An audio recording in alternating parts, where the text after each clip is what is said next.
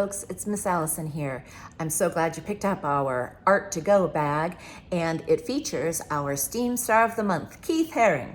So I thought to give you a little more inspiration, I would read you a story about Keith Haring. Ready? Here's our book, Art is Life, the life of the artist Keith Haring. Words by Tammy Lewis Brown, pictures by Keith Nagley. I love these front pages of the book, all of these wiggles and squiggles. Here we go. When Keith Haring was a small boy in a small town in Pennsylvania, he sat on his father's lap, doodling dragons and dogs and circles and snakes. He shut his eyes and he drew fast and sure, scribbling and scrawling yellow and green imaginary things that only he could see. When I grow up, I would like to be an artist, Keith wrote when he was 10. The reason is because I like to draw. So nearly every minute of every day, Keith drew. Art flowed from his fingers and it welled up inside of him, in his heart and in his imagination. Everywhere Keith went, it was as if art was all around him. Art was Keith's life, and his life was art. When Keith was a teenager living in Pittsburgh, an artist named Christo came to speak at the Carnegie Museum of Art. In California, Christo had built a fabric fence 18 feet high and 24 miles long. The slender white line dashed and darted, weaved and wagged over hills, around bends, across roads and rocks. And it finally stretched far out, disappearing into the sea, just like the art that skipped and hopped and snapped and popped inside Keith's head.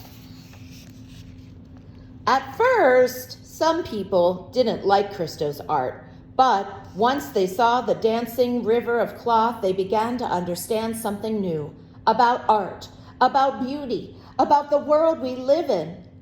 As Keith watched Christo's film and heard him speak, he understood too. The public needs art, he wrote in his journal. Art is life. Life is art. And when Keith was 20, he attended the School of Visual Arts in New York. He taped long strips of paper over the classroom walls and wrote even more across the floor. With a brush and a pot of paint, he swooped and he swung and he lined and he striped. Black paint splashed as the thick brush dashed, swiping patterns to the beat of loud thumping music, the way his father had taught him when he was small, until finally the whole room was covered with the strange shapes that rumbled inside Keith's brain. Whoa, look at that. And Keith was left with art all around him. Art is life. Life is art. As much as the teachers and students and everybody else loves Keith's lively art, they loved Keith, his enthusiasm and exuberance, his joy and jubilance even more. In New York, Keith rode the subway. The stations were decayed, dank, and dreary. The subway cars heaved, hot and hectic, and the crowds bounced brusque and bored as they stared at black paper pasted over placards where old advertisements had been stripped away.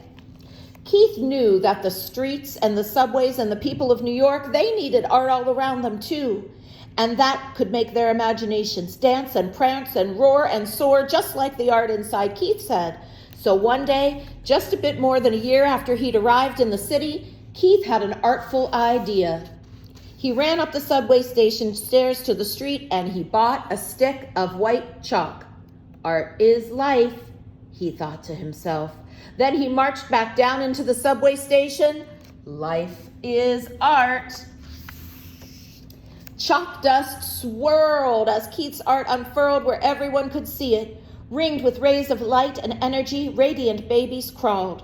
washed with waves of sound and commotion. Joyful dogs barked, stunned by sketches of dancing men and spaceships and robots and dollar bills. Surprised commuters stopped and stared, and some of them began to imagine and understand and cheer and clap their hands.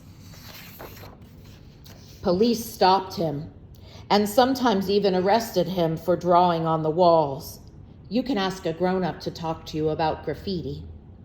Sometimes Keith was scared for himself and for other young artists whose work came under attack. But sometimes I finish, he said, and there's applause in the whole station. There were people who thought his pictures were just scribbles. They said he was making a mess. Others thought his pictures were gorgeous. They believed he was making masterpieces. And before long, Keith and his art were invited to hang in art galleries. But he would keep sneaking them onto the alley walls too. He painted boisterous crowds and hugging or cheering or working together. He built massive sculptures that filled park lawns and tiny ones that fit on shelves. He drew winged angels and a man with 3 eyes and dancing cats and throbbing hearts. Art is life. Life is art, he remembered. Almost overnight, it seemed that Keith and his radiant babies and barking dogs and zapping robots and all the rest of his creations were famous.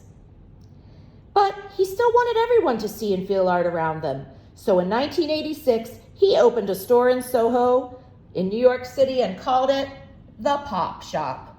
He made pictures against racism and drug abuse and support and unity and love and toys and t-shirts and posters and pens, inexpensive art that anyone could take home. He welcomed everyone to come and see and even to buy. Kids from the Bronx who spray-painted graffiti and ladies from Park Avenue draped in minks and pearls. Down the streets, Keith's art popped on shirts and sneakers. On museum walls, Keith's dogs barked at Monet's water lilies and Picasso's acrobats. From New York to California, Tokyo to Paris, Keith painted everywhere for everyone. Some of his artwork made grown-ups blush. Others made children laugh and old people smile.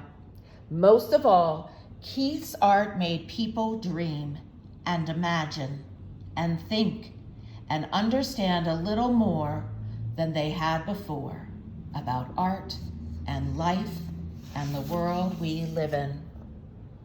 Keith Haring died in February 1990 when he was just 31 years old. But his art still surrounds us today.